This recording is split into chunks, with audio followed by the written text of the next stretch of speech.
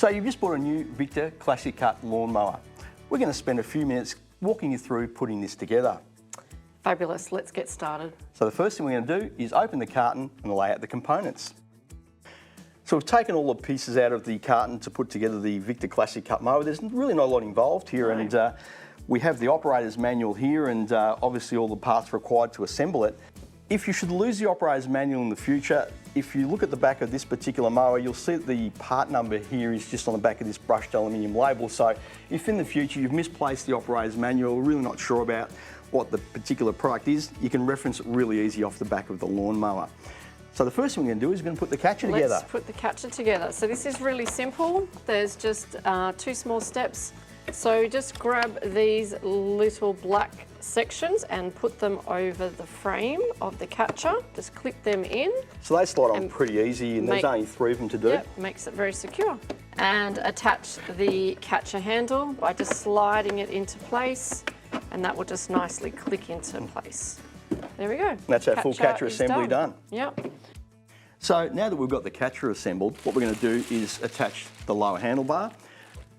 Both the handlebar pieces come wrapped in plastic. It's for protection when shipping, but it doesn't need to be part of the assembly process.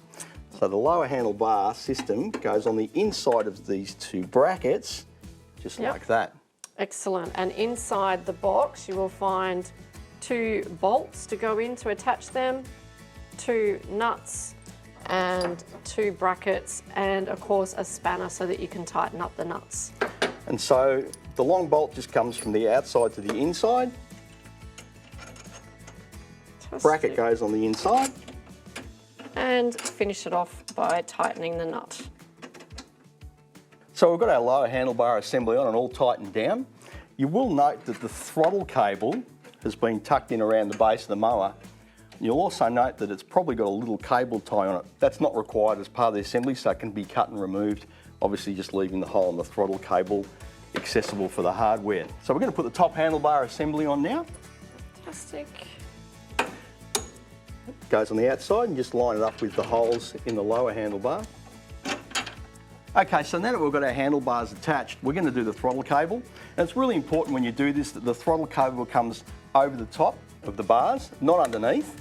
And the reason for that is if you want to transport the mower somewhere in the future, folding the handlebars down to do it, that you don't stretch and damage the throttle cable. Awesome. Okay, so find your little spare small plastic bag in the kit. That will contain a bolt, a washer and a nut. Put the bolt through the washer and then go from the inside through the throttle onto the upper handle and then fasten with the nut. Tighten it down and you're done. And so now we've got our Classic Cut pretty much fully assembled. We've just got some final touches. Yep, so I'm going to attach the clip which holds the throttle cable in place. Once you've done that, to fit the catcher, just take the rear flap, open it to the full position. There's 2 hooks on the catcher. Make sure they go over the top of the 2 springs on the back of the mower, and then just close the flap and your catcher's attached. Awesome. Final steps, don't forget to add your fuel and the oil. Before you're ready to go, make sure you use the primer. With the oil also, make sure that you've got the correct quantity and the fuel, the correct grade. It's all in the operator's manuals. As you said, once you're primed, we put the throttle to the full open position. And now we're ready to mow.